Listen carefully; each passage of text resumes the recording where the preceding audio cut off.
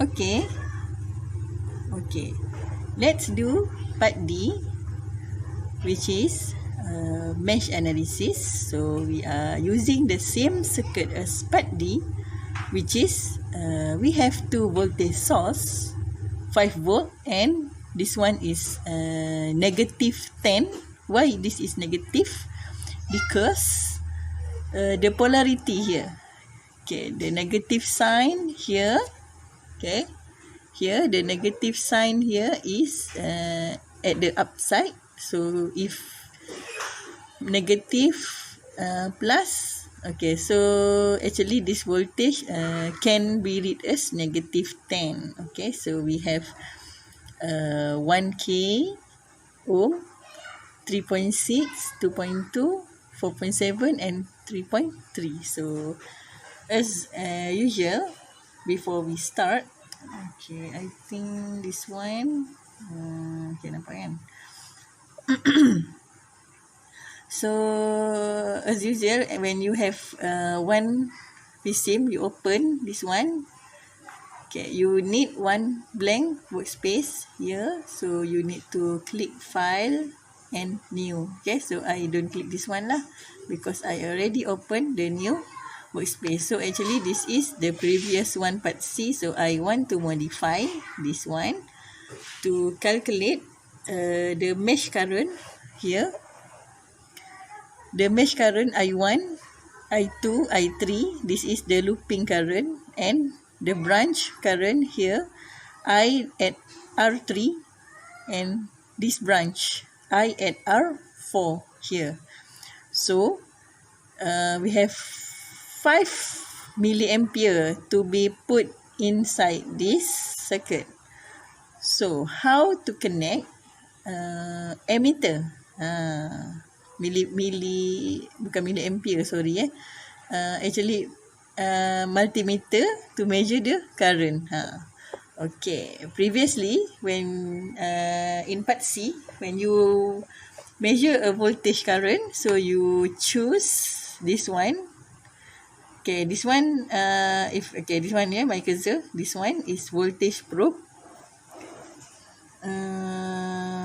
This one okay, voltage probe if you want to measure between two nodes. Okay, this one if you want to measure a node voltage from node to ground. And this one is current probe. Current probe means ammeter lah. Okay, so if you want to measure a voltage, okay, voltage kita akan measure dia by the parallel connection. Okay, how to measure current here? Okay, I choose here. So this is a ammeter. So you can see that one, the plus sign here. Okay, in real experiment at your laboratory, okay, the plus one from your ammeter you connect with the red cable, right? So the black one, normally the negative cable you connect to the ground. So actually the current flow like this. Okay, so from the positive to negative. Okay, the flow of current. What happen if you connect it kata what we call it, terbalik? Okay, if you inverse the connection, you still get the same answer, but the answer you get in this simulation later on will produce a negative result lah. For example, you want to measure the looping current, this one. Okay, this one is example of I1. Let's see this one. You want to measure this one, the I1. Okay, so the I1 direction is like this, right? The clockwise direction. Okay, and then what happen if you put this ammeter in the reverse direction? So you want to measure current like this, so you must put the positive side at positive, negative. Kalau you put it in the inverse direction, so your current nanti your ammeter will read the negative value. Okay, understand? Okay, so now I don't want to make you all confused, so I will put it like this. So let's see whether next the output will be positive or negative. Okay, we try first. Supposedly I put it like this. Okay, so this one is I want to measure I1, this one I2, this one I3, and supposedly something like this.